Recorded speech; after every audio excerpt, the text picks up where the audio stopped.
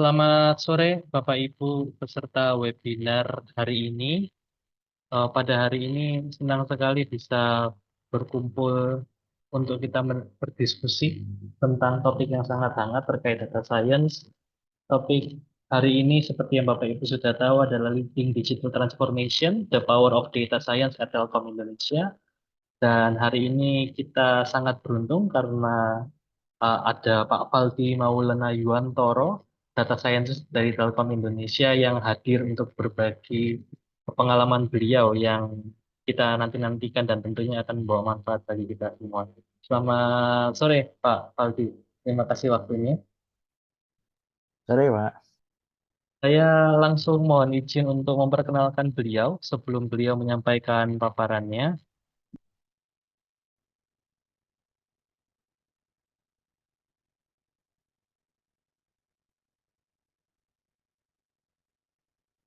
Ya, Pak Faldi adalah eh, peneliti yang sangat dan praktisi yang sangat berpengalaman di bidang data analis. Jadi senang sekali sebetulnya saya pribadi bisa pertama kali dengar paparan dari Telkom Indonesia dan kami yakin mahasiswa kelas data science di Teknik Industri Ubaya akan mendapat manfaat yang sangat besar, Pak. Pak Aldi telah menyelesaikan studi S1 di jurusan Teknik Industri dari Institut Teknologi 10 November dengan konsentrasi di Data Analytics, Strategic and Management, dan Operational Research. Beliau telah em, bekerja pada Telkom Regional 1 Surabaya sejak tahun 2018 sebagai bisnis analis dan pada tahun 2020 menjadi CEO pada Inalis by Amuba Telkom dan beliau memimpin berbagai proyek terkait di bidang data analytics dan saat ini beliau sedang ada di divisi Digital Business and Technology di Telkom Indonesia sebagai data scientist.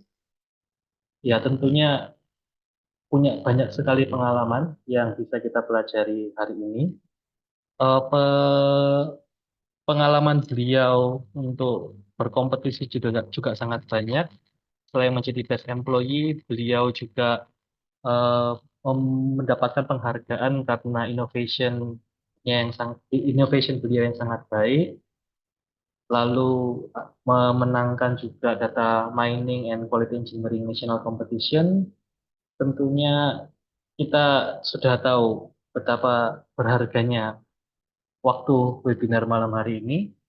Dan ya, kami mengundang teman-teman mahasiswa, Bapak Ibu peserta, teman-teman peserta yang lain juga untuk mempersiapkan pertanyaan. Jadi nanti setelah Pak Faldi menyampaikan paparan kurang lebih sampai 1 jam, nanti peserta webinar dipersilahkan bertanya apapun terkait apa yang sudah disampaikan beliau. Kami berharap semoga diskusi hari ini membawa manfaat bagi kita semua. Sebelum melanjutkan ke paparan Pak Faldi, kami mohon izin Pak Faldi untuk mengundang Ibu Olivia untuk membuka webinar hari ini. Silakan Bu Olivia, waktu dan tempat dipersilakan. Ya, terima kasih Pak Ivan. Selamat sore Pak Faldi, Bu Dina, Pak Ivan, dan juga teman-teman dari kelas Data Science dan juga ada teman-teman dari Magister Teknik Industri. Eh, Kami ucapkan terima kasih kepada Pak Faldi yang sudah bersedia menjadi pemateri di kuliah tamu kami semester ini.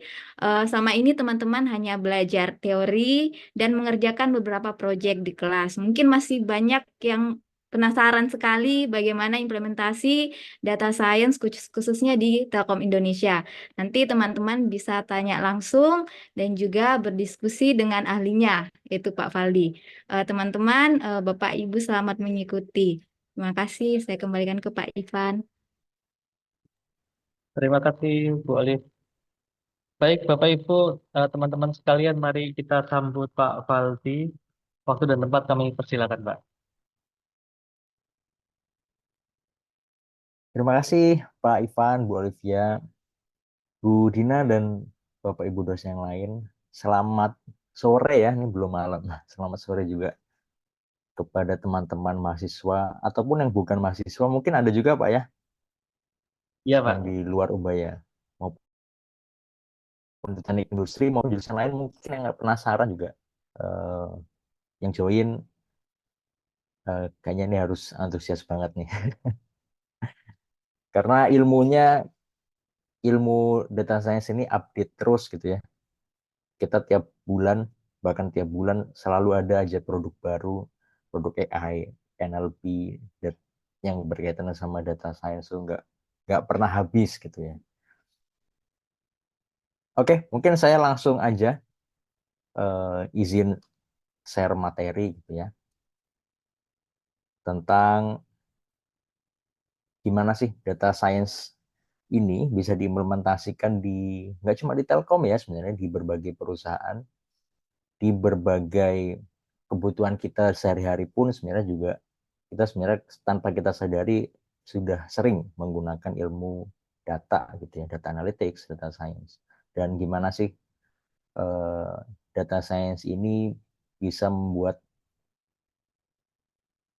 sedikit halo cek cek. Oke, data science ini bisa membuat perusahaan maupun bisnis di dunia ini jadi transform gitu ya. Yang teman-teman dulu mungkin sering dengar industri 4.0 mungkin sekarang udah nggak 4 lagi gitu ya, mungkin udah lebih dari itu. Jadi selamat sore teman-teman, semoga teman-teman semua antusias dan mungkin saya harapannya sih banyak pertanyaan gitu ya, tapi jangan susah-susah. Pertanyaan juga mungkin nggak seputar data science sendiri, nggak masalah, mungkin tentang kehidupan pribadi, gimana saya sebagai industrial engineer yang pivot gitu ya ke data scientist, karena di Telkom pun nggak banyak sebenarnya industrial engineer yang masuk data scientist. Nanti akan saya infokan lah, ceritakan sedikit di materinya.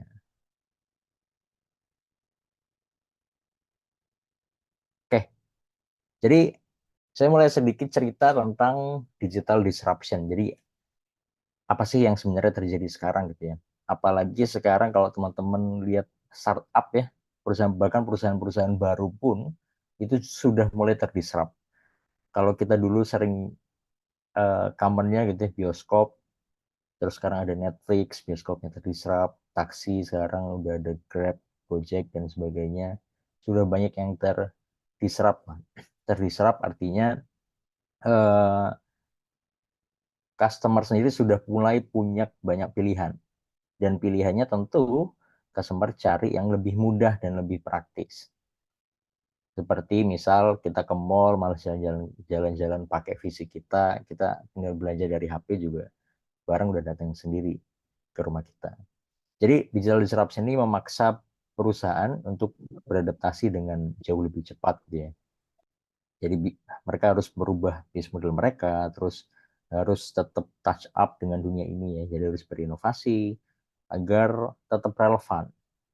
Termasuk di Telkom juga. Di Telkom, kalau teman-teman dulu tahu produknya Telkom, itu pasti nggak akan sama.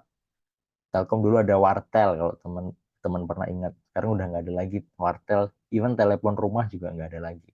Sudah terserap dengan yang namanya WhatsApp gitu ya. SMS pun udah nggak ada gitu.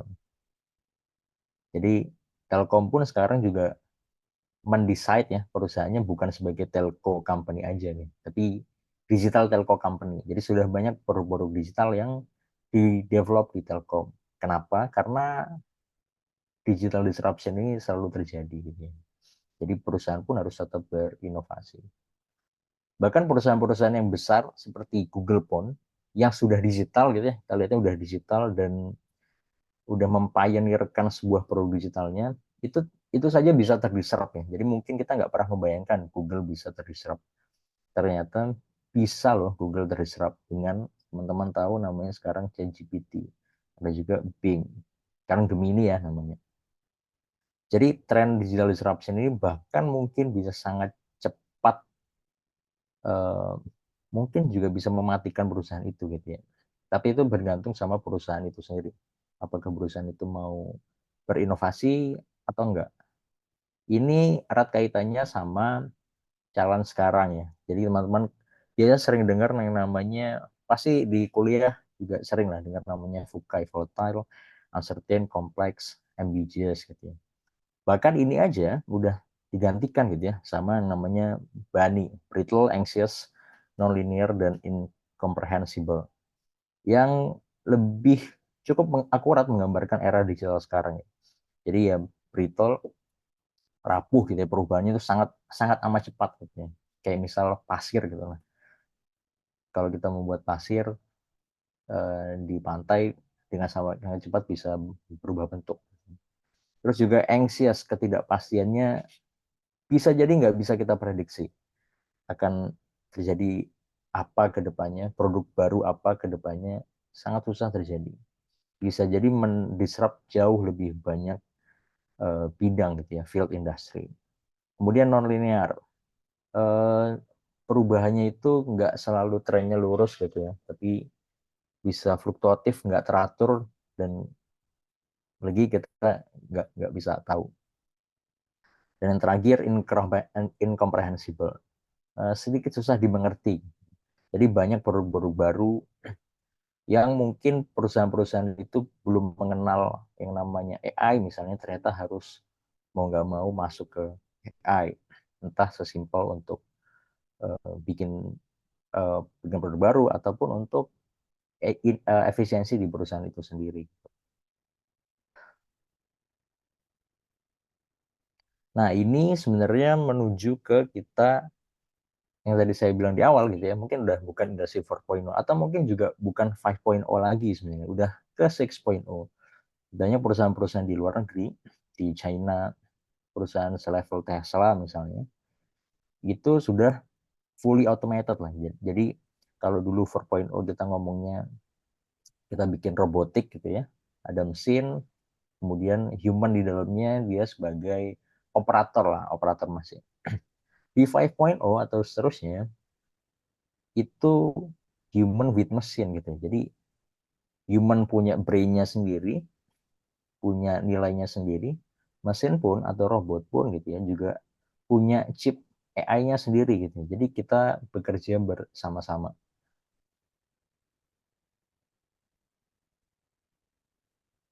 Nah, di dalam transformasi digital itu yang sangat erat atau sangat kenapa bisa berimpact gitu ya, itu adalah karena data analytics dan AI.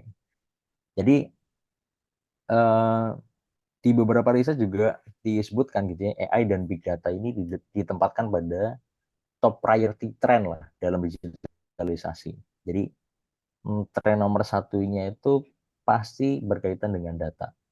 Jadi big data is becoming bigger, faster, dan multidimensional gitu ya. Artinya volume data yang dihasilkan sekarang itu berkembangnya jauh lebih cepat, teman-teman.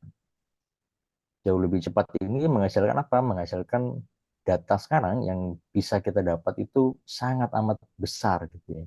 Bahkan estimasi di tahun ini itu bisa mencapai 120 zettabytes yang hampir 90, tapi 90% diantaranya memang belum terstructure. Jadi masih banyak case data kita, apalagi di Indonesia gitu ya, namanya poor quality gitu.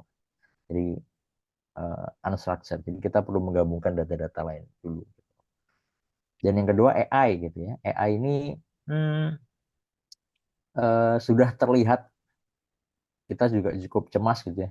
Even beberapa pekerjaan di dunia juga sudah terdisrupt dengan AI. Bahkan ChatGPT ini, kalau kita ngomong generative AI gitu ya, ChatGPT ini usernya sudah sangat banyak gitu ya. Di 2 bulan perilisannya aja udah 100 juta aktif user. Dunia sekarang gitu ya. Bahkan riset terbaru saya sempat baca, Indonesia itu pengguna ChatGPT-nya cukup besar. Jadi kalau nggak salah employee yang use ChatGPT ada 93%. Jadi mereka bekerja bersama dengan ChatGPT gitu. Dan apa sih impact-nya? Impact-nya kalau kita menerapkan data science, data analytics, dan AI ini akan menumbuhkan return on investment tentunya ke perusahaan. Maka risetnya mencapai 15-20%. Oke, lalu apa sih sebenarnya data analytics atau data science gitu ya? Jadi data analytics sendiri merupakan proses gitu ya, proses dari raw data, data yang mungkin kita nggak tahu bentuknya gimana, mungkin hanya berbentuk table gitu ya, menjadi sebuah knowledge yang tentunya meaningful dan actionable. Oleh karena itu, data driven decision making saat ini menjadi kewajiban bagi seorang leader dalam mengambil setiap keputusannya. Seperti di gambar ini, mungkin dulu ada orang yang mengatakan harusnya opsi B masih bisa lebih baik menurut pengalaman saya gitu ya. Itu dulu. Kemarin itu pasti kita gunakan opsi A karena datanya mengatakan seperti itu. Sekarang atau mungkin depan kita mungkin nggak ambil salah satunya, tapi malah dua-duanya. Kita ambil experience yang dipunya dari setiap orang, kita gabungkan dengan data gitu ya. Jadi data driven decision making. Jadi data analytics. Kalau data science apa? Data science itu lebih ke ilmunya. Memang termsnya di setiap perusahaan pun bisa berbeda-beda gitu ya. Ada yang bilang data analytics seperti apa, data science seperti apa, tapi biasanya seperti itu. Data analytics lebih proses, data science itu ilmunya gitu ya. Jadi ilmunya semuanya data science. Nah, kenapa sih? Akhirnya pertanyaannya ke saya sendiri nih. Kenapa sih saya sebagai industrial engineer bisa menjadi data scientist gitu. Dan memang data science itu multi field gitu ya, multidisciplinary. Jadi nggak cuma kita bisa jago programming dan statistik aja, tapi malah yang jauh lebih penting itu adalah business knowledge kita, gimana kita bisa menerapkan ilmu yang kita punya terhadap suatu problem gitu ya. Jadi kita bisa mendefinisikan solusi dari sebuah problem itu seperti apa. Makanya banyak yang bilang data scientist is one who knows more statistics than a programmer and more programming than a statistician. Then how about industrial engineers that study programming and statistics gitu ya. Itu bahkan harusnya jauh lebih expert gitu ya daripada seorang programming yang belajar ilmuwan TI ataupun mathematician yang belajar TI gitu ya. Karena pandangan kita jauh lebih luas. Jadi kalau kita menyelesaikan sebuah masalah, kita membuat solusi, kita perlu mencocokkan dulu kan ya, problem itu fit nggak dengan solusi yang mau kita propose gitu. Jadi bisa jadi model yang kita bikin model yang macam-macam gitu, algoritma yang sangat expert, bisa jadi nggak terlalu kepake kalau kita sebenarnya tahu solusinya. Oh misalnya logistik gitu ya. Sebenarnya ini cukup pakai EOQ aja atau pakai rumus safety stock aja gitu ya. Nggak usah pakai yang ribet-ribet. Mungkin bisa jadi cukup gitu ya. Daripada costly menggunakan AI gitu. Nah ini mungkin teman-teman juga sebenarnya udah pelajarin juga ya di kuliah gitu ya. Jadi tipe-tipe analytics, ada deskriptif, dari yang cuma kita membuat grafik gitu ya, biasanya membuat dashboard. Kemudian ada diagnostik, dashboard tadi dibuat storytellingnya, kemudian prediktif. Dari stalling itu kita set goals-nya mau seperti apa, kemudian digunakan untuk memprediksi ke depannya akan terjadi apa, atau ke depannya kita harus ngapain. Kemudian ada perspektif dari yang tadi sudah kita prediksi, misalnya pelanggan gitu ya, diprediksi misalnya kalau di bank itu menunggak tagihannya gitu ya. Di perspektif kita bisa buat harus siapa ini pelanggan-pelanggan kita atau nasabah kita yang menunggak, harus diberikan program loyalty seperti apa gitu ya. Kemudian kognitif ini lebih ke advance-nya ya, jadi kayak ChatGPT sekarang, penerapan generatif AI, large language model, itu adalah gabungan dari semuanya gitu. Jadi kognitif. Jadi jawabannya bukan yes or no aja, tapi bisa jauh lebih kompleks gitu.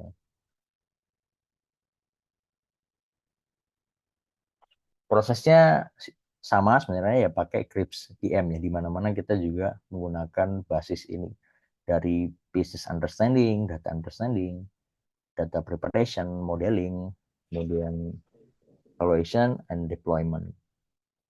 Tapi yang perlu teman-teman ingat di proses nomor satunya adalah business understanding. Kebanyakan teman-teman data scientist yang basicnya adalah IT gitu ya, informatika atau statistik, itu mereka nggak terlalu paham bisnisnya. Jadi mereka cuma jago lah ya, jago bikin modelnya mungkin. Padahal yang paling penting adalah 2 step di awal ini, business understanding dan data understanding-nya. Karena kalau ini di depan salah, percuma bikin yang selanjutnya kan ya. Jadi gimana sih objektifnya bisa kita tentukan, sesuaikan dengan pain problem yang tepat. Karena mungkin ada banyak masalah juga yang terjadi di perusahaan, kita juga harus menentukan ya, mana yang impactful, mana yang enggak seberapa impact gitu.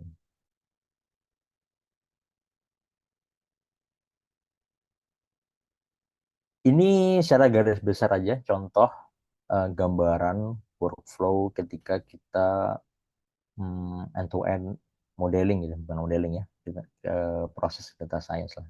Dari data collection, dari data source ini kita kumpulkan dari beberapa sumber gitu ya. Jadi bisa jadi nanti teman-teman ketika udah kerja pun itu nggak cuma mengolah data yang ada di perusahaannya teman-teman aja gitu.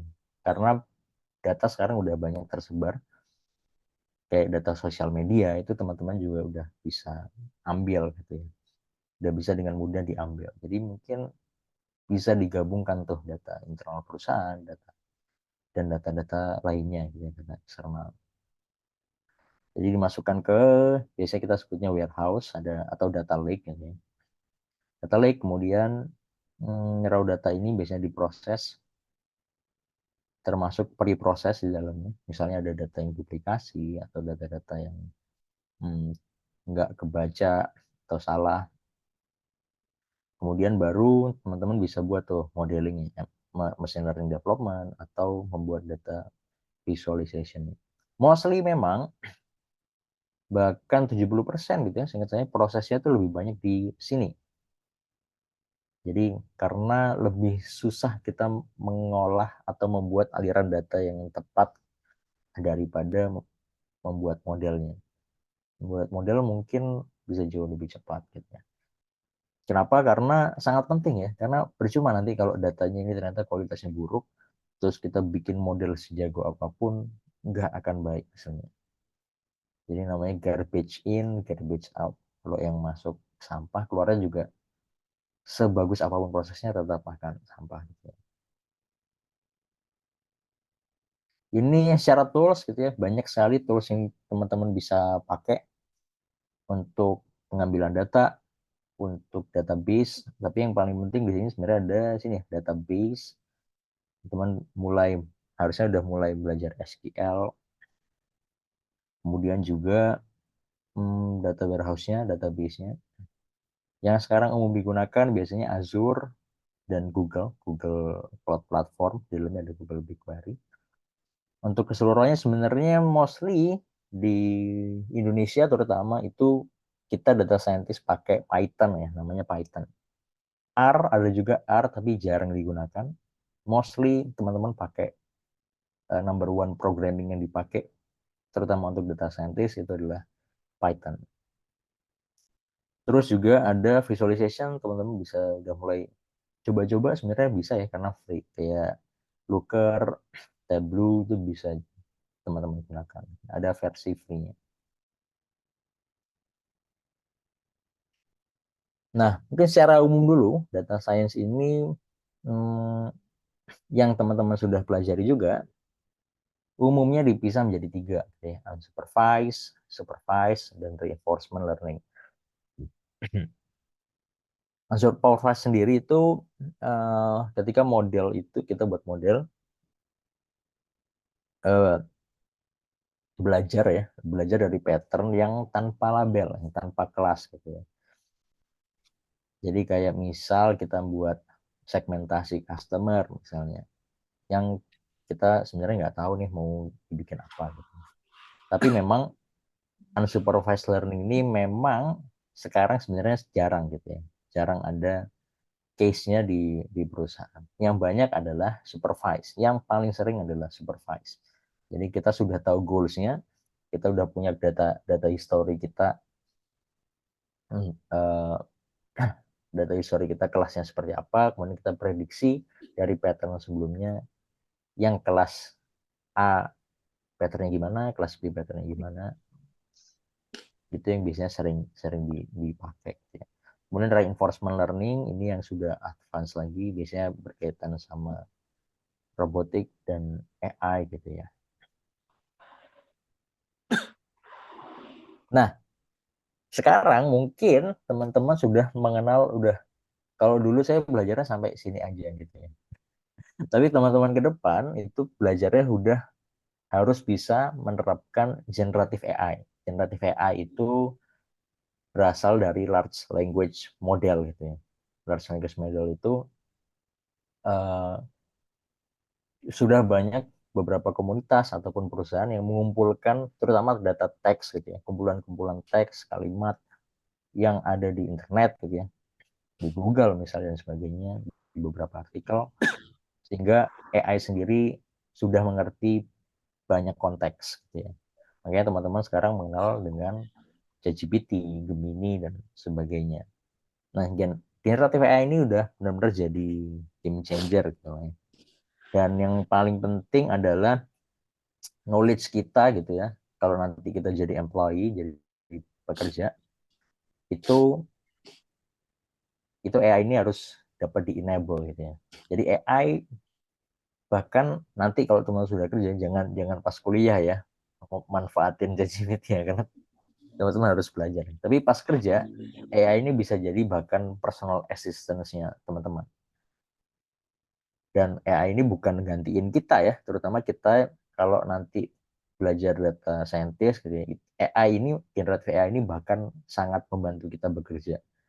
Pekerjaan kita yang awalnya mungkin bisa bikin model itu seminggu gitu ya. Kalau kita pakai generative AI mungkin sehari bisa gitu.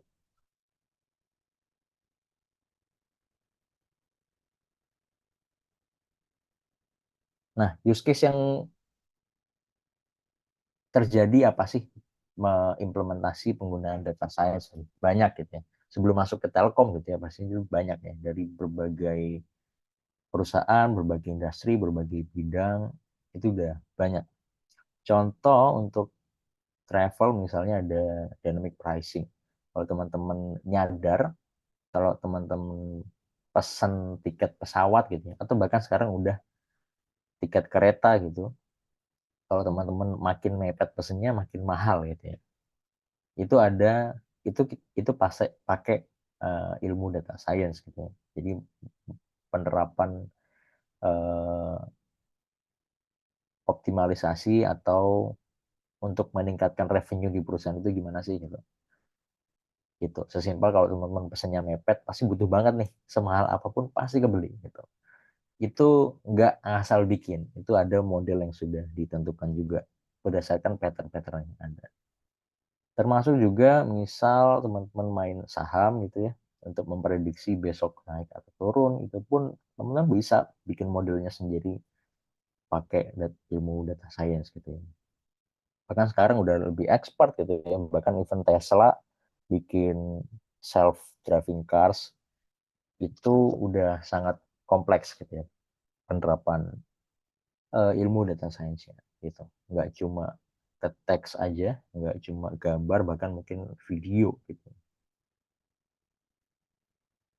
Nah, di Telkom sendiri banyak banget teman-teman. Jadi di Telkom sendiri sebenarnya ada yang namanya chapter data science gitu. Jadi ada komunitas data science di dalam Telkom. Isinya kumpulan data scientist gitu ya. Dan use case yang dibangun itu sangat banyak. Itu juga bergantung sama produk yang dibuat gitu ya. Jadi ada, kalau kita biasa misalnya ada 4 produknya gitu ya, kategorinya.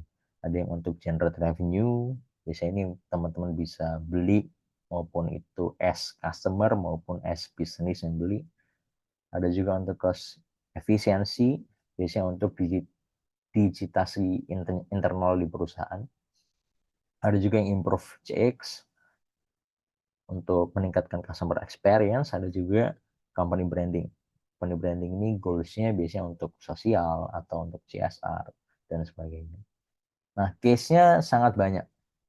Jadi dari teks, NLP Analytics, video Analytics, gambar juga OCR Analytics, dokumen ya, maksudnya gambar dokumen, itu di Telkom sudah banyak diterapkan. Bahkan kita juga menjual ke perusahaan lain gitu. Jadi nggak cuma dipakai sendiri, tapi juga di perusahaan lain. Karena Telkom juga, seperti saya bilang di awal, itu nggak hanya as a Telkom company aja sekarang, tapi udah masuk ke digital company juga. Makanya banyak produk-produk Telkom yang kita jual juga dan berbasis AI.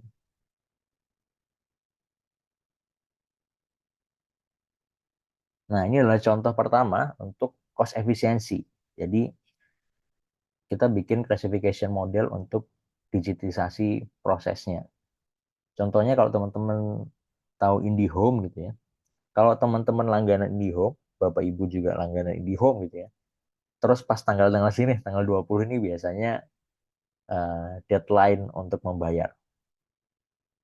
Nah, kalau teman-teman sering telat gitu misalnya, atau habit bayarnya nggak bagus, bisa jadi teman-teman akan di blast WA gitu ya, di reminding, diingetin. Nah, yang kita ingetin itu nggak sembarangan kita pilih gitu ya, tapi kita prioritaskan. Nah, prioritasnya berdasarkan apa? Berdasarkan model yang kita bangun. Modelnya apa? Biasanya kita sebut churn prediction model. Ini salah satu implementasinya di Telkom.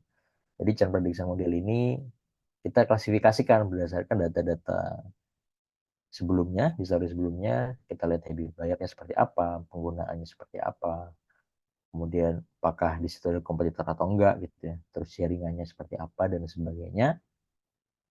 Itu kita buatkan klasifikasi modelnya untuk kita tahu kira-kira pelanggan ini bulan depan akan churn atau enggak gitu. Ketika kita bisa mensuspek pelanggan itu akan churn bulan depan, kita bisa mereduce loss yang akan terjadi di bulan depan gitu. Jadi gimana caranya biar pelanggan itu enggak churn atau menunggak di bulan depan. Jadi kita harus kasih program loyalty gitu kan. Nah, misalnya ini ada customer A, customer B dengan pattern-nya masing-masing, datanya masing-masing, itu kita prediksi nih, misalnya yang atas, oh ternyata kecenderungan menunggaknya tinggi. Ini adalah kalau kita tadi sebut prediktif gitu ya. Prediktif, jadi sampai dia menunggak atau tidak menunggak gitu. Nah, selanjutnya nggak cuma prediksi itu aja, modelnya juga dibangun lagi untuk preskriptifnya. Kira-kira yang menunggak itu harus diapain sih? Apakah cuma di cukup payment reminding aja cukup atau enggak, kita harus ngasih diskon atau enggak? Itu pun harus dibuat modelnya juga. Jadi sampai ke sana ya, sampai ke action programnya apa. Bahkan di Telkom model ini udah mereduce, udah cukup besar gitu ya, 14% churn setiap tahun. Nah, ada juga yang kita um, jual, bukan jual ya, kita gunakan sebagai produk juga untuk generate revenue gitu ya. Contohnya di sini teman-teman bisa cek Telkom punya produk namanya Big Box. Di dalamnya ada solusi namanya Big Social. Itu social media analytics. Ini juga kita bangun. Kita jual kemana? Biasanya kita jual ke perusahaan-perusahaan atau ke government gitu. Biasanya kalau government itu mau lihat, misal saya mau nyalek, saya mau cek nih nama saya itu sentimennya gimana sih, berapa sih yang positif, berapa yang negatif. Bisa juga bahas tentang kebijakan gitu ya. Misal ada undang-undang yang baru dibuat, terus dicek tuh di Twitter, di berbagai sosmed, seperti apa emosinya orang-orang, seperti apa sentimennya. itu bisa dipakai dan dengan mudah nanti pemerintah tahu tuh decision makingnya seperti apa. Oh, berapa sih yang nggak setuju, berapa yang enggak, berdasarkan sosial media gitu ya. Termasuk juga ada banyak ya, salah satu contohnya ada social network analysis, jadi hubungan antar akun gitu ya. Jadi kita mungkin bisa cek nanti hubungan antar akun atau antar kata itu seperti apa. Termasuk juga topik classification ya, topik mapping. Apa sih yang sering dibahas sekarang gitu ya. Contoh di sini kita lihat tentang pemilu gitu ya. Topik apa sih yang netizen ini suka bahas gitu. Itu bisa kita serve gitu ya, bisa kita sajikan. Melalui apa? Melalui model yang dibuat dari data collection-nya, pengguna sosial media, kemudian biasanya ini pakai NLP gitu ya. NLP di dalamnya juga banyak model, bisa digunakan beberapa, kemudian dilakukan topic classification. Nah, bahkan sudah banyak juga produk-produk AI yang sudah diterapkan. Contohnya misal face recognition. Ini biasanya ada di kantor-kantor, di lobi kantor. Kalau di Telkom dipakai absen. Kalau kita masuk kantor absen, masuk kantor biar gate-nya bisa kebuka itu kita pakai face recognition gitu. Jadi untuk menghindari bisa jadi ada orang asing masuk itu jadi nggak bisa masuk gitu ya karena nggak terrecognize face-nya. Ini juga sudah banyak diterapkan juga di beberapa perusahaan juga gitu ya. Jadi face recognition, kemudian juga ada object detection. Ini case-nya untuk vehicle counting gitu. Biasanya untuk kalau teman-teman bisa tahu di berita, nah, misalnya di jalan ini ada berapa mobil yang lewat dalam sehari, berapa motor yang lewat dalam sehari. Kalau dulu teman-teman lakuinnya sampling gitu ya, dalam 1 jam, dihitung nih mobil ada berapa, motor ada berapa, dihitung manual. Sekarang nggak butuh, kita cukup pakai CCTV yang ada aja, kemudian bisa tahu langsung ngedetect, oh ini mobil, cek 1, 2, 3, dan seterusnya. Bahkan mungkin sampai ke plat nomor pun juga bisa gitu ya. Gitu. Terus juga ada OCR namanya, Optical Character Recognition. Ini juga sebenarnya udah banyak. Paling simpel sih case-nya ketika teman-teman register gitu ya, register daftar apapun di web, pasti teman-teman males banget deh kalau disuruh input ini KTP, nama, dan sebagainya, pasti males ya. Udah suruh input manual, suruh upload KTP gitu. Nah, harusnya produk yang benar itu cukup pakai OCR aja. Jadi KTP ini sebenarnya udah kelihatan semua, teman-teman nggak usah input nama lagi, nggak usah input nik lagi, harusnya udah bisa. OCR ini advance implementasinya sebenarnya kalau di Telkom itu kita mensummarize dokumen gitu ya. Terutama dokumen-dokumen seperti misal undang-undang pemerintah misalnya yang zaman-zaman dahulu itu belum belum terrecord dengan rapi gitu. Jadi masih bentuknya teks yang harus kita scan dulu. Nggak mungkin dong kita ketik ulang gitu ya. Kita harus punya teknologi yang bisa convert picture tadi jadi teks gitu.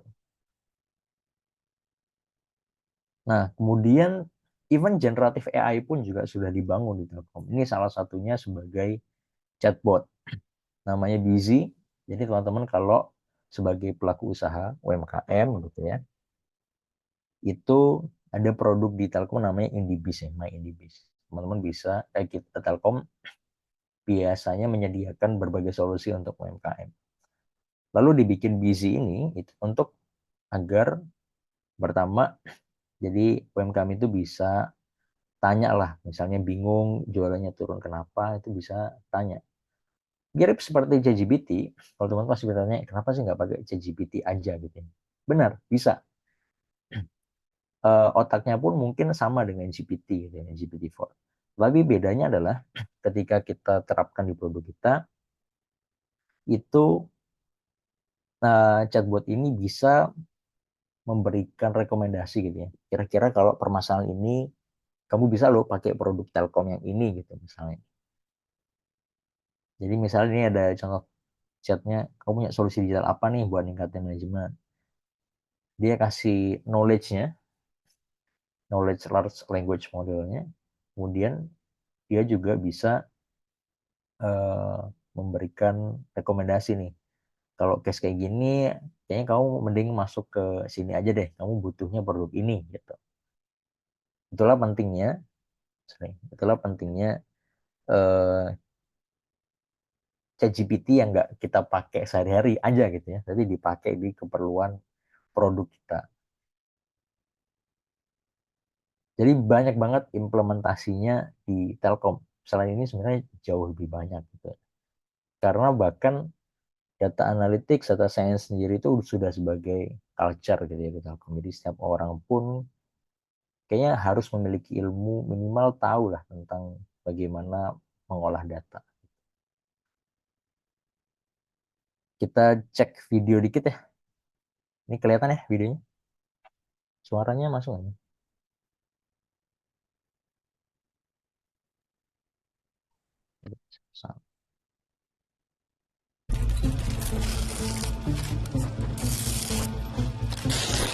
Kasus kekerasan terhadap perempuan dan anak sangat kompleks.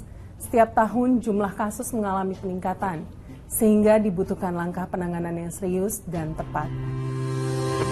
Kementerian PPPA adalah kementerian yang membidangi urusan pemberdayaan perempuan dan perlindungan anak. Salah satu tugas kami adalah menyediakan layanan rujukan akhir bagi perempuan korban kekerasan dan penyediaan layanan bagi anak yang memerlukan perlindungan khusus yang memerlukan koordinasi tingkat nasional dan internasional.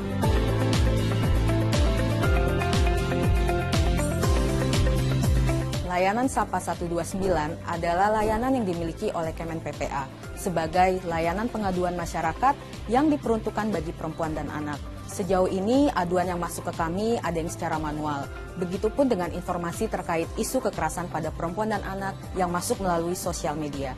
Kami juga perlu memonitor isu yang berkembang di masyarakat terus-menerus, yang bahkan bisa saja terjadi dalam hitungan detik dan terkadang tidak terdata secara komprehensif. Maka kami membutuhkan partner khususnya yang bisa membantu melakukan monitoring di media sosial termasuk juga berita online.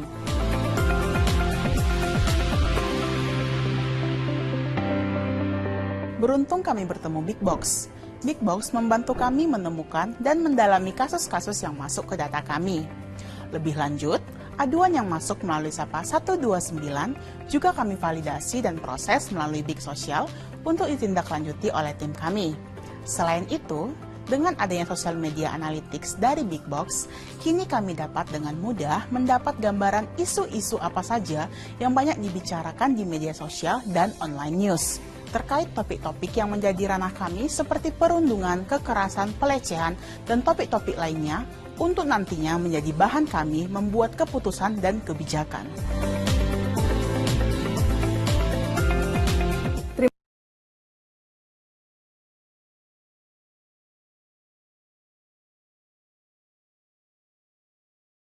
Ya, itulah tadi contoh salah satu produk, bukan produk ya, customer yang menggunakan produk Telkom gitu ya.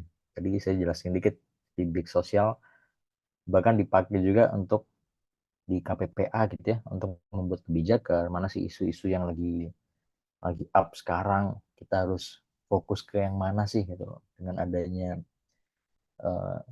keilmuan ini gitu ya, data science, kita bisa langsung men-summarize-nya, langsung bisa memberikan apa ya, ke decision making apa sih yang harusnya dibuat kebijakannya gitu ya untuk lembaga di pemerintah. Nah, dari bahasan kita tadi itulah kenapa data scientist ini disebut sebagai the sexiest job of the 21st century gitu ya. Karena bahkan hampir semuanya sekarang kita butuh, hampir semua company juga sekarang butuh data science di dalamnya.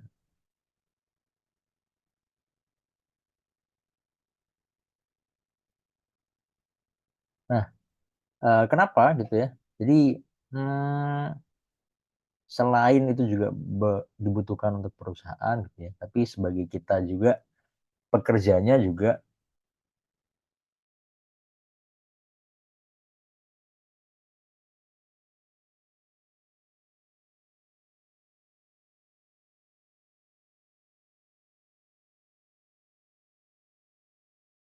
job opportunities untuk data scientist gitu. Jadi sangat amat terbuka, teman-teman mungkin nanti as industrial engineer juga bisa mulai belajar data science atau mempersiapkan diri juga. Atau juga mungkin teman-teman menjadi pekerja dengan job role bukan data scientist, tapi tetap membutuhkan ilmu-ilmu data science di dalamnya. Gitu. Jadi sangat amat penting. Nah, kalau di Telkom gimana sih? Jadi kalau di Telkom, ini job role di dalam data science itu banyak banget gitu ya. Kalau di Telkom kita pecahnya jadi 4. Ada data analis, data scientist, kemudian ada data engineer, ada juga AI or ML engineer gitu. Machine learning engineer. Keempatnya punya role yang berbeda-beda. Bedanya seperti apa gitu ya. Bedanya seperti ini. Jadi ini adalah kompetensi yang dibutuhkan untuk masing-masing role. Jadi kalau data engineer ini biasanya untuk software, kemudian aliran data di depan dan di belakang. Jadi sebelum kita analisa dan setelah dianalisa, gimana model itu bisa terdeploy, kemudian bisa teralirkan datanya, itu adalah tugas data engineer. Jadi sedikit beda data engineer. Sementara role yang lain itu adalah sebagai researcher-nya lah, sebagai analisnya, sebagai modeler. Di tahap awal, biasanya teman-teman masuknya ke sini dulu nih, data analis. Biasanya teman-teman untuk business understanding dan data understanding, kemudian bikin dashboard, jadi visualisasi data, itu adalah seorang data analis. Belum banyak terkait model dan machine learning-nya. Kemudian masuk ke data scientist yang lebih jauh lagi ya. Data scientist biasanya pun data scientist kita sebutnya full stack data scientist ya. Harus bisa semua gitu. Tapi kalau di Telkom itu data scientist-nya fokus on modelingnya. Jadi machine learning yang dibuat, AI yang dibuat itu biasanya di data scientist. Tapi lebih jauh lagi untuk case-case yang spesifik, kayak tadi ada social media analytics, kemudian ada image recognition dan sebagainya, biasanya kita sebutnya AI or ML engineer. Jadi lebih spesifik. Tapi biasanya sih kalau di kantor ya, ini di Telkom gitu ya, kalau di kantor-kantor lain, di perusahaan lain, bisa jadi teman-teman jadi full stack gitu, harus bisa semuanya gitu. Nah, di data science sendiri biasanya mostly dipecah jadi 2 tipe gitu ya. Type A dan type A dan type B gitu ya. Type A-nya biasanya teman-teman yang lebih cenderung sebagai sebenarnya yang namanya business intelligence analyst. Jadi teman-teman yang lebih banyak tahu bisnisnya lah. Ini teman-teman industrial engineer, teman-teman yang kuliah di teknik industri biasanya lebih tahunya di sini gitu ya. Teman-teman tahu proses bisnis seperti apa, visi misi perusahaan seperti apa dan sebagainya, tapi belum banyak tahu tentang programming dan model atau algoritma yang dibangun. Meanwhile yang sebelah kanan ini mereka sebaliknya, mereka tahu banyak tentang programming, mereka tahu cara membuat modelnya, tapi nggak tahu bisnisnya seperti apa gitu. Gitu. Jadi ada 2 tipe. Yang baik seperti apa? Ya dua-duanya gitu. Teman-teman harus tahu bisnis dan harus tahu gimana cara bisnis tadi kita ubah pain problemnya, kita ubah menjadi solusi melalui model yang dibangun. Nah, itulah kenapa sebagai industrial engineer itu sangat penting ya, untuk role data scientist. Kenapa? Karena business knowledge itu bisa bridge gap ya antara data sama insight-nya gitu ya. Jadi kadang kita lebih punya manner gitu ya, lebih punya ilmu dasar untuk menentukan model ini kurang deh kayaknya karena kita butuh data ini deh, kayaknya perlu ditambah ini deh. Nah, perlu ditambah ini tuh butuh ilmu bisnis, perlu ilmu bisnis acumen. Jadi ini adalah beberapa terms gitu ya, kenapa business knowledge itu penting untuk seorang data scientist. Jadi dari contextual understanding itu misalnya teman-teman harus tahu goals, strategi perusahaan apa dan sebagainya. Atau juga misalnya risk assessment misalnya. Jadi resiko yang terjadi itu gimana aja sih kalau kita misal ngasih solusi ini, ada risiko A, B, C, itu seperti apa. Kemudian ini yang paling penting sih dari semua ini makanya sebenarnya return on investment. Jadi kadang teman-teman itu membuat produk yang pokoknya keren-kerenan deh, pokoknya produknya ini harus keren deh, yang lain nggak punya gitu ya. Padahal secara bisnis mungkin itu biayanya besar dan bisa jadi nggak, revenue-nya sangat kurang gitu ya.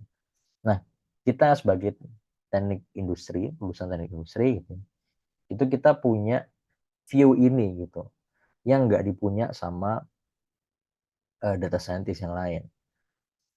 Jadi tahu gimana kita bisa memanajemen resiko, tahu eh, kalau dulu saya belajar ekonomi teknik namanya. Jadi harus tahu juga eh, ROI atau misalnya net income EBITDA dan sebagainya di perusahaan itu gimana, ngaruh ke cost-nya gimana dan sebagainya gitu ya. Dan salah satu lagi yang paling penting adalah communication. Karena mostly teman-teman itu ketika bikin model yang sangat advance gitu ya, itu susah kalau kita ngomong ke user gitu, ke audiens, biasanya audiensnya stakeholder gitu ya. Kalau kita ngomong yang terlalu expert, mereka juga bingung gitu. Apa sih maksudnya model ini buat apa sih gitu. Tapi biasanya kita industrial engineer as data scientist ini bisa menjembatani. Kalau modelnya se-expert ini kita bisa terjemahkan ke terms-terms bisnis atau industri yang kita tahu. Jadi itulah sebenarnya business knowledge-nya jauh lebih penting daripada programming maupun statistiknya. Nah, ini ada video lagi singkat mungkin ya.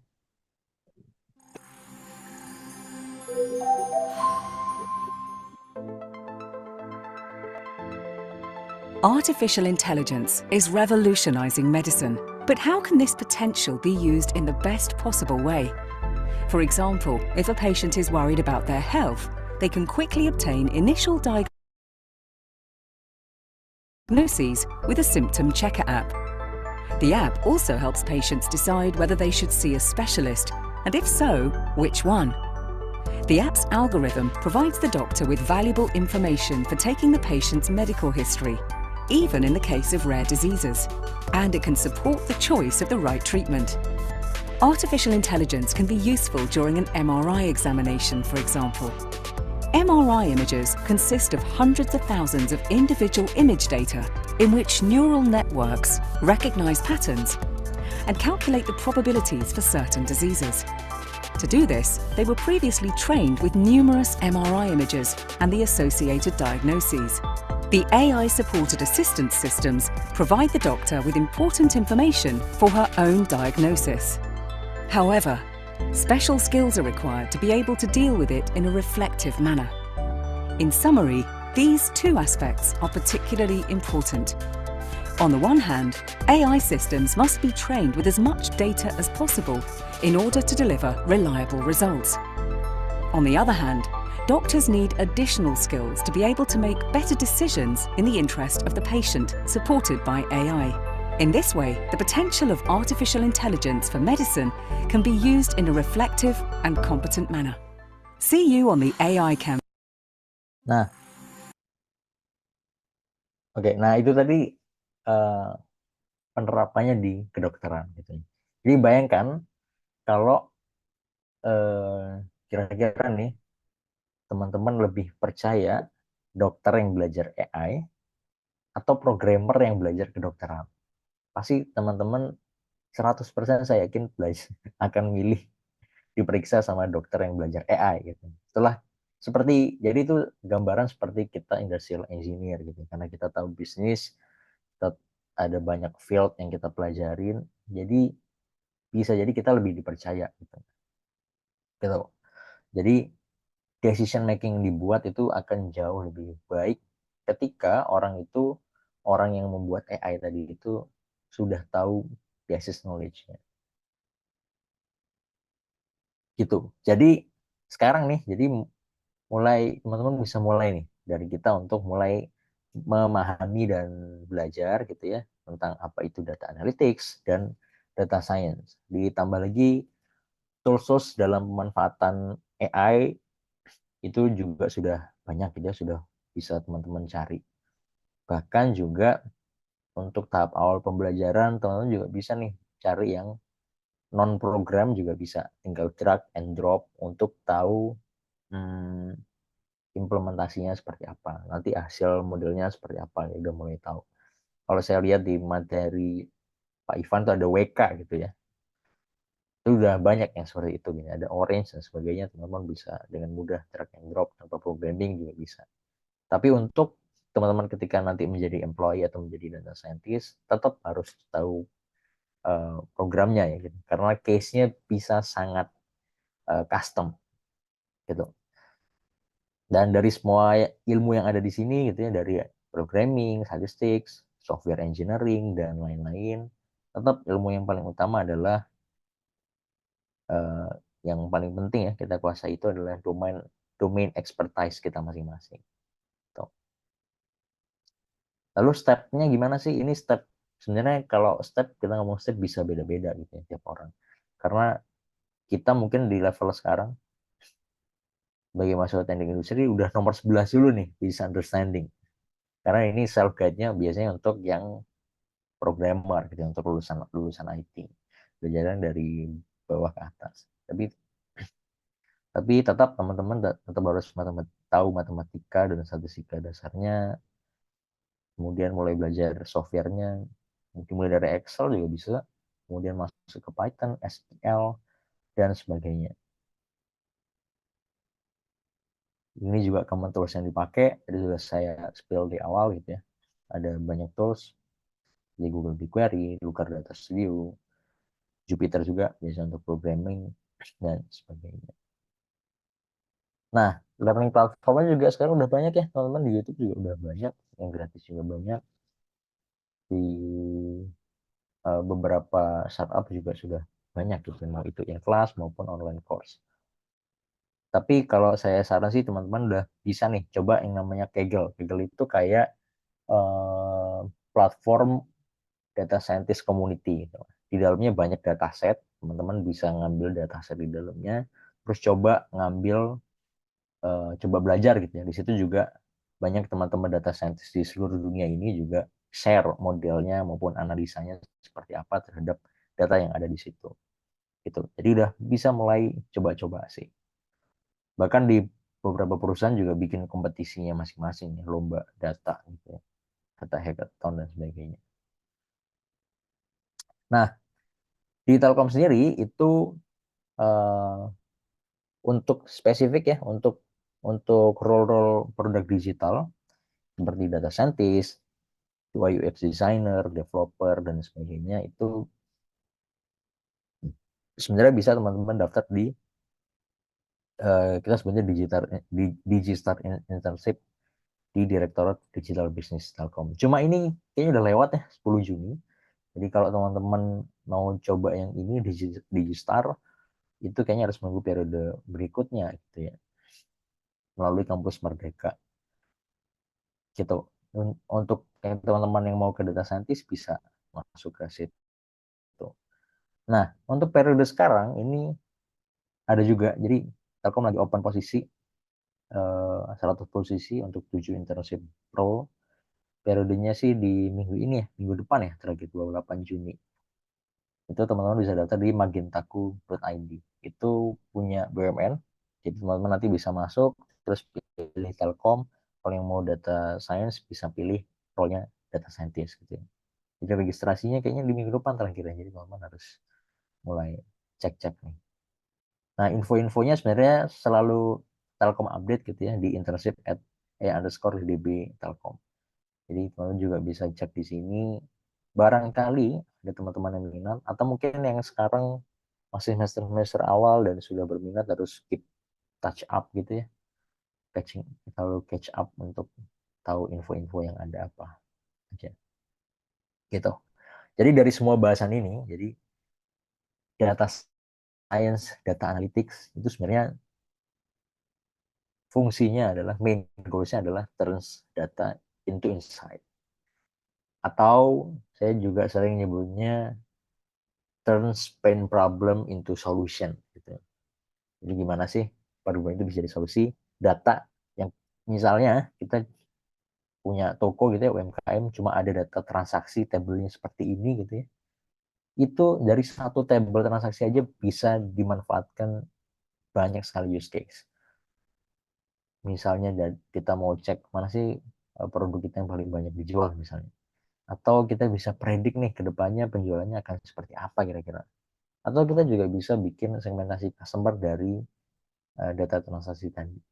Jadi itulah pentingnya data science gitu ya. Bisa merubah data menjadi sebuah insight. Bahkan dari satu data aja, satu table aja itu bisa teman-teman buat banyak sekali model, banyak sekali implementasi use case yang bisa teman-teman terapkan. Jadi itu sepertinya udah 1 jam. Jadi kalau closing statement dari saya, ini bukan dari saya, sorry, dari Mark Zuckerberg. My number one advice is you should learn how to program. Jadi mau kita dokter pun, mau kita kerja di bidang apapun, tetap kita harus tahu basic programming. Dan satu lagi yang perlu saya ingetin, ini dari Satya Nadella, jadi AI bukan menggantikan human intelligence gitu, tapi kita akan selalu bekerja bareng dengan AI.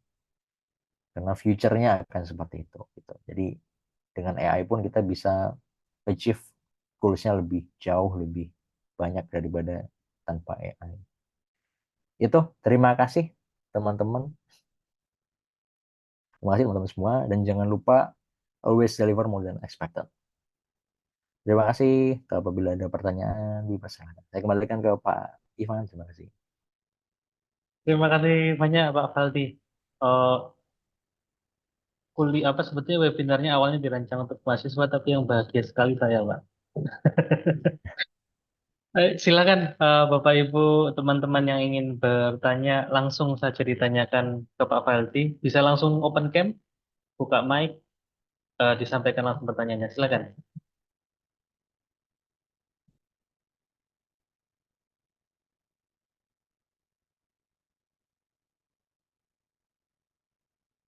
Sambil menunggu, mungkin saya izin tanya dulu, Pak Faldi. Sebetulnya kenapa saya bahagia karena waktu saya 3 tahun lalu mulai belajar AI, saya orang teknik industri yang kekurangan teman juga, Pak. Karena sebetulnya kan tidak lazim bidang teknik industri ngajarkan AI yang dalam sampai coding. Tapi ya saya belajar banyak sekali tentang yang tadi Bapak sampaikan. Ternyata domainnya kita bisa banyak membantu kita untuk desain model yang memang bermanfaat sekali, Pak ya. Mungkin kalau saya boleh tanya mewakili teman-teman, eh, pengalaman Bapak kan sudah banyak sekali, Pak. Yang saya ingin tanyakan, cara belajar AI-nya yang menyenangkan dan menarik itu bagaimana, Pak? Karena tadi kan Bapak bilang perkembangannya pesat sekali. Lalu Bapak bilang tadi sempat ada komunitas. Tapi buat Bapak sendiri, cara belajar yang ya menyenangkan itu seperti apa? Apakah harus mau tidak mau lihat link yang banyak atau diskusi dengan siapa atau gimana, Pak? Kasih, Pak. Iya, makasih nih Pak Ivan. Ini pertanyaannya sulit nih. Karena kalau saya belajar nggak begitu menyenangkan ya. Apalagi, jadi challenge-nya sebenarnya ya. Kalau saya sih, challenge utamanya itu adalah belajar programmingnya. Itu yang paling berat menurut saya, programmingnya. Karena saya waktu kuliah, programming itu cuma Visual Basic aja gitu ya. Mungkin MATLAB dikit-dikit. Tapi sekarang MATLAB nggak ada yang pakai bahkan, karena terlalu mahal. Jadi saya harus mulai dari nol belajar programming. Nah, gimana sih biar saya termotivasi gitu ya mau belajar programming? Yang pasti juga teman-teman bisa cek aja kebutuhan sekarang seperti apa gitu ya. Challenge-nya seperti apa gitu. Bahkan teman-teman saya yang bukan data scientist pun bahkan belajar Python gitu ya. Biar apa? Kerjanya bisa lebih mudah gitu daripada nge-Excel terus masukin PPT gitu ya. Begitu terus setiap bulan kalau dibuat Python enter mungkin 1 minggu awal capek gitu bikin program. Tapi ketika udah jadi enter running udah jadi semua. Jadi akan jauh lebih simpel. Jadi teman nanti akan kerasa banget tuh pas udah kerja, minimal improve kerjaan sendiri. Jadi saya pertama kali belajar mendalami itu, saya improve kerjaan saya sendiri dulu gitu. Baru setelah saya improve kerjaan sendiri kan kita jadi curious gitu ya. Wah, seru nih gitu. Bisa lebih cepat nih kerjanya gitu. Baru kita curious sama pain problem yang kita temuin. Kalau saya jelasin churn prediction, itu sebenarnya saya mulai. Jadi karena saya udah capek nih, aduh nih kok pelanggan IndiHome yang nunggak banyak banget ya. Gimana sih caranya? Jadi saya punya keresahan gitu. Jadi ada curiosity-nya. Mau nggak mau ini harus saya tekan nih caranya. Jadi setelah saya improve saya sendiri ya saya bantu perusahaan dengan tadi bikin churn model. Churn model pun itu saya mulai dari nol juga gitu ya. Jadi menurut saya belajar yang paling utamanya teman-teman bisa coba cari study case aja gitu. Ketika teman-teman ada study case, ada problem gitu ya, teman pasti bakal nyari tahu nih, oh nih cara ngerjainnya gimana sih, pakai tools apa gitu ya. Lama-lama kalau teman-teman udah menyelesaikan banyak study case, itu lama-lama akan terbiasa gitu ya. Programnya juga akan terbiasa. Model-model yang teman-teman tahu akan semakin banyak gitu. Makanya tadi saya sangat menyarankan mending masuk Kaggle aja gitu ya. Kaggle itu banyak, jadi banyak ini Pak, dataset yang ditaruh di situ, terus kita bisa dengan komunitas gitu ya, dengan data scientist lain bertukar pikiran gitu lah. Bahkan di dalamnya ada data kompetisinya loh, jadi teman-teman bisa ikut kompetisi, ada hadiahnya juga. Siapa tahu butuh gitu ya. Jadi kayak gitu sih Pak. Jadi mostly sih saya belajarnya karena saya tahu kebutuhannya gitu. Ya, Pak. Terima kasih, Pak. Silakan teman-teman peserta webinar yang lain kalau ada pertanyaan. Tadi Pak Faldi bilang nanya apapun boleh katanya.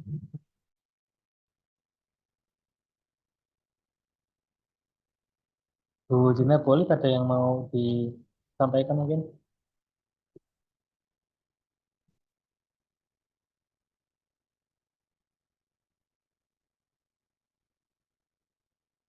Saya sambil izin, kami sebetulnya izin juga Pak Faldi. Sebetulnya kan lewat webinar seperti ini kan kami jadi paham dari sisi akademisi apa ketertinggalan yang perlu kami kejar dari apa yang berkembang di Telkom.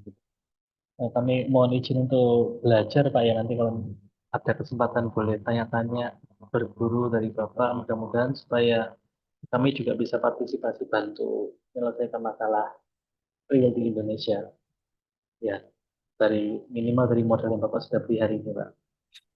Ya boleh Pak, kami sangat terbuka sekali Pak. Ya.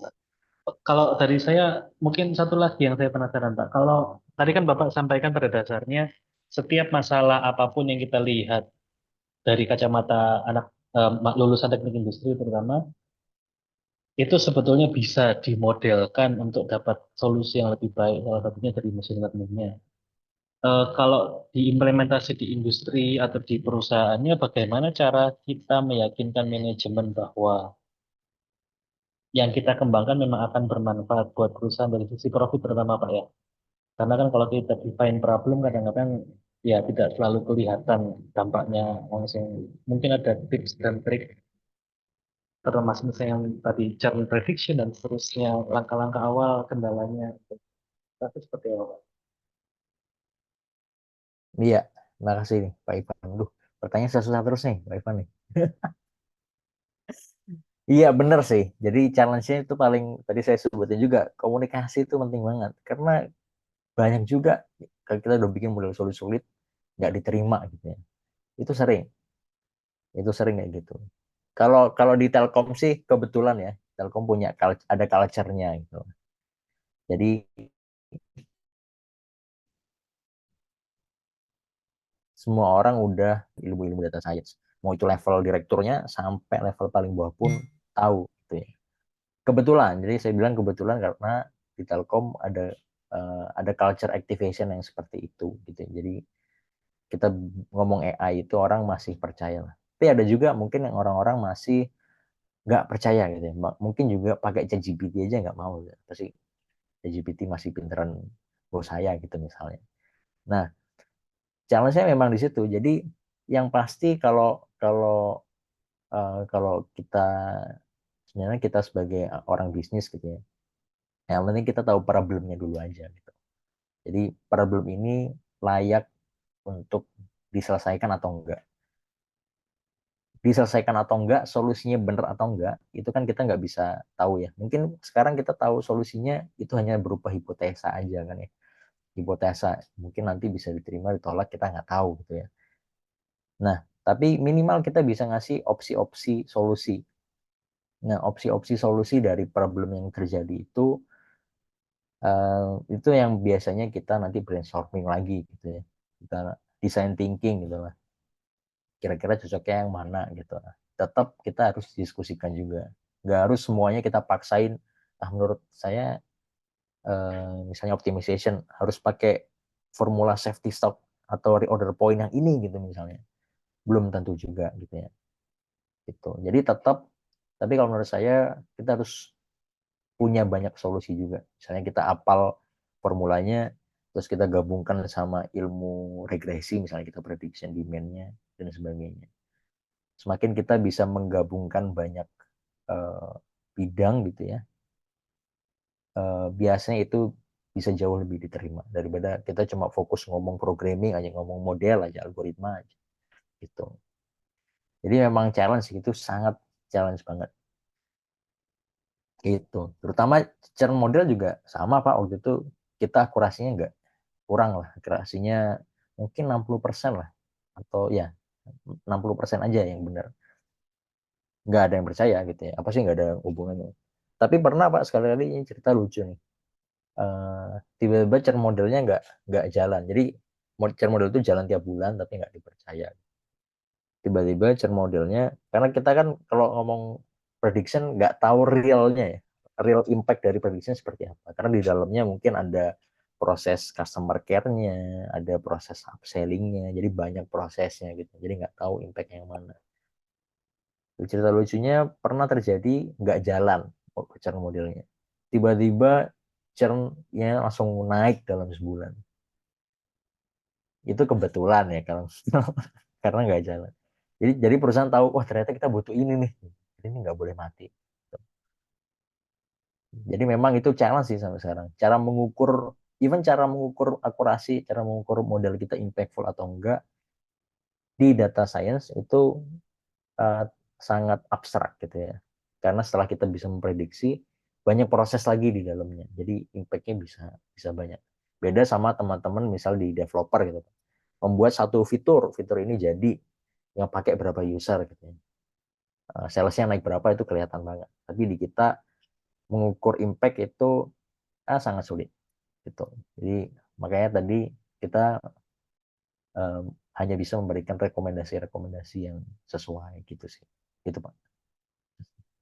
Ya Pak, terima kasih banyak Pak. Teman-teman ada yang mau nanya? Teman-teman mahasiswa, Bapak Ibu peserta dari luar juga silakan kalau ada. Belum ditutup webinarnya.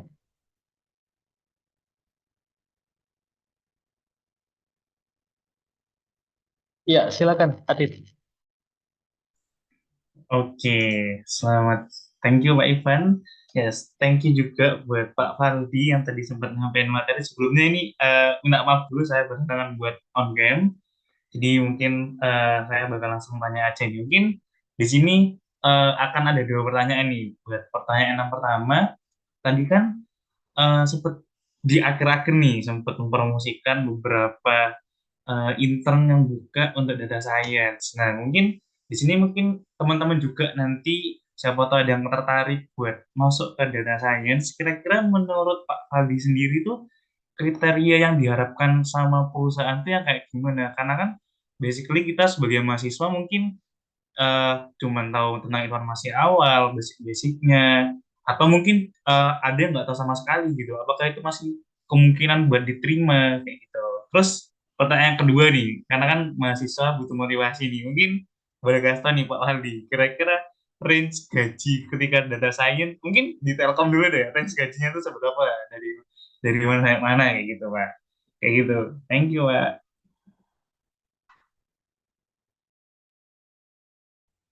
Makasih, makasih. Mas siapa tadi yang nanya? Mas Adit ya? Betul. Oke. Pertanyaan pertama tadi terkait kompetensi ya. Skill set apa yang teman-teman harus harus punya gitu. Kalau kalau eh, di Telkom sih kita nyebut ya ada requirement skill gitu ya. Minimal teman-teman tahu Python itu sih kalau data scientist. Python dan SQL lah dua itu. Jadi bisa database sama tahulah basic penggunaan programming. Salah satunya pakai Python. Nah, cukup itu aja sih. Apalagi teman-teman enak nih. Sekarang teman-teman yang teknik industri udah belajar ya. Ada matkulnya sendiri gitu. Dulu saya nggak ada gitu ya. Dulu saya cuma mata kuliah pilihan dan nggak spesifik data science, dulu namanya data mining gitu ya. Itu nggak banyak ya. Jadi kalau saya dulu daftar internship di Telkom pasti nggak keterima lah, soalnya sangat nggak nyambung dan mata kuliahnya nggak ada. Gitu. Tapi teman-teman sekarang bisa gitu ya, dan probability keterima juga juga besar juga karena teman-teman sudah belajar di kuliah gitu. Terutama nanti teman-teman misal ada proses semacam interview gitu ya, saya nggak tahu, saya lupa ada proses itu atau enggak, teman-teman bisa cerita juga, bisa sambungin dari pilar bisnis yang teman-teman tahu, misalnya LSCM gitu lah. Teman-teman bisa cerita logistik and supply chain ya misalnya. Logistik and supply chain bisa cerita juga. Nanti Telkom bisa bisa ngarahin tuh, oh produk yang cocok yang ini gitu. Misalnya. Ada produk logistik juga di Telkom. Kayak gitu sih. Jadi bisa sih, possibility-nya bisa. Jadi kalau kalau saya baca requirement skill-nya sih butuh dua itu sih minimal ya. Gitu. Satunya tiga sih sebenarnya. Satunya planning and performance. Planning and performance ini ya basic ilmunya teman-teman. Strategic planning, kemudian uh, ya ilmunya teknik industri lah, planning performance gitu. Terus yang kedua, range gaji. Wah, ini berat nih. Karena gaji saya sama teman saya mungkin bisa beda gitu ya. Tapi yang pasti kalau di Telkom, kalau kita bandingin sama role lainnya, data scientist itu yang paling dihargai, yang paling mahal gitu. Itulah kenapa Telkom itu kalau kalau kalau nyari digital talent yang data scientist ya, expert data scientist itu sangat ketat gitu ya. Kenapa sangat ketat? Karena gajinya bisa gede banget gitu. Dari teman-teman yang front end back end bahkan bisa dua kalinya gitu. Gitu. Itu di Telkom ya. Saya nggak tahu juga range gaji di luar Telkom seperti apa gitu. Apalagi kalau di benchmark saya di globally sih masih paling gede data scientist gitu. Terutama sekarang kita harus tahu AI gitu, ChatGPT dan sebagainya. Yang bisa bikin ChatGPT di dalam perusahaan kita ya orang-orang data scientist gitu. Gitu sih. Jadi makanya karena sangat amat dibutuhkan, value-nya juga besar gitu. Gitu, Mas Adit. Menjawabkah? Oke, sudah cukup menjawab. Thank you, Pak Haldi. Thank you, Dit. Teman-teman yang lain silakan. Ada yang mau nanya lagi?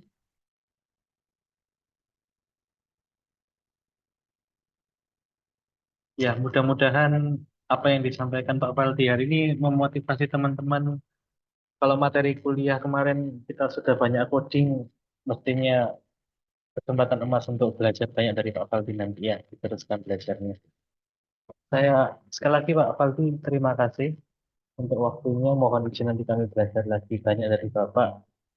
Nanti rekaman juga akan kami share ke pihak umum supaya banyak yang makin dapat manfaat dari sharing Bapak. Terima kasih, semoga sehat selalu Pak. Mohon berkenan, ya, monggo Pak. Iya, terima kasih. Ya mungkin closing statement dikit Pak ya. Silakan. Ya nih terima kasih Bapak Ibu dosen ya, Ubaya, dan Ubaya, Pak Ivan, Bu Dina, Bu Olivia, dan tentunya teman-teman mahasiswa semua yang saya senang banget sih ini bisa teman-teman udah mulai tahu, mulai belajar, bahkan masuk ke mata kuliah gitu ya. Karena dulu nggak ada gitu ya. Saya saya belajar sendiri dulu ya. Dosen saya yang bisa data science cuma satu Pak dulu Pak. Gitu. Jadi terima kasih teman-teman udah antusias banget. Semoga teman-teman juga bisa mulai belajar apa itu data, minimal tahu gimana cara mengolah data yang tepat gitu ya. Karena ilmu data science itu, jangan lupa ilmu data science itu nggak cuma kita pakai di tempat kerja teman-teman aja, tapi even di kehidupan sehari-hari kita juga kita sangat butuh ilmu data science gitu. Terima kasih teman-teman dan Bapak Ibu dosen semua. Makasih banyak Om Taufik.